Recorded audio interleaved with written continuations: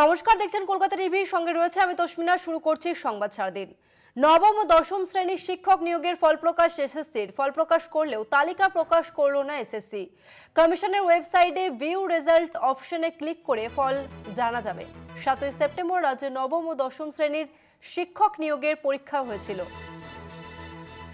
নবম ও দশম শ্রেণীর শিক্ষক নিয়োগের ফল প্রকাশ এসএসসির ফল প্রকাশ করলেও তালিকা প্রকাশ করলো না এসএসসি। কমিশনের ওয়েবসাইটে ভিউ রেজাল্ট অপশনে গিয়ে ক্লিক করলে রেজাল্ট জানা যাবে।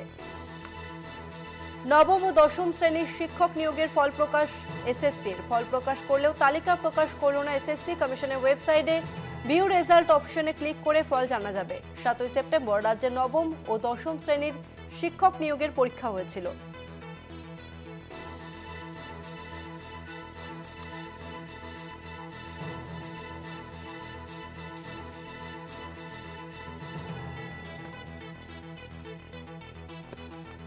আমরা বিস্তারিত জানবো, আমাদের সঙ্গে ফোন লাইনে রয়েছেন প্রতিনিধি শুভঙ্কর মণ্ডল। শুভঙ্কর, নবম ও দশম শ্রেণীর শিক্ষক নিয়োগের ফল প্রকাশ করলো এসএসসি, কি জানতে পারছো?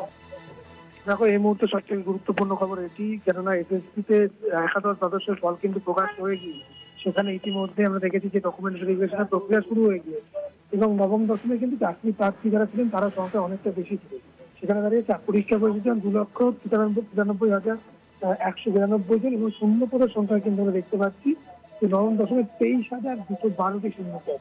তবে সেইখানে দাঁড়িয়ে স্বাভাবিকভাবেই ফল এসএসসির যে প্রকাশ করেছে সেটি কিন্তু একেবারে একাদশ দ্বাদশের যে ফল প্রকাশিত হয়েছে সেইভাবে কোনো তালিকা তারা প্রকাশ করেনি। তারা ওয়েবসাইটে ফল আপলোড করে দিয়েছে। সেখানে যারা চাকরি প্রার্থীরা রয়েছেন তারা নিজের রোল নম্বর, রেজিস্ট্রেশন নম্বর দিয়ে ফল জানতে পারবেন এবং বিজ্ঞপ্তি দিয়ে জানিয়েছে যে খুব শীঘ্রই যে ইন্টারভিউ লিস্ট এবং সেই সঙ্গে সঙ্গে যে নথি যাচাইয়ের দিন, সেই যাবতীয় সময় কিন্তু তারা খুব শীঘ্রই জানিয়ে দেবে। তবে এসএসসি চাইছে যে 100x160 অর্থাৎ 1:6 এই রেশিওতে কিন্তু টিচারদের ডাকছে।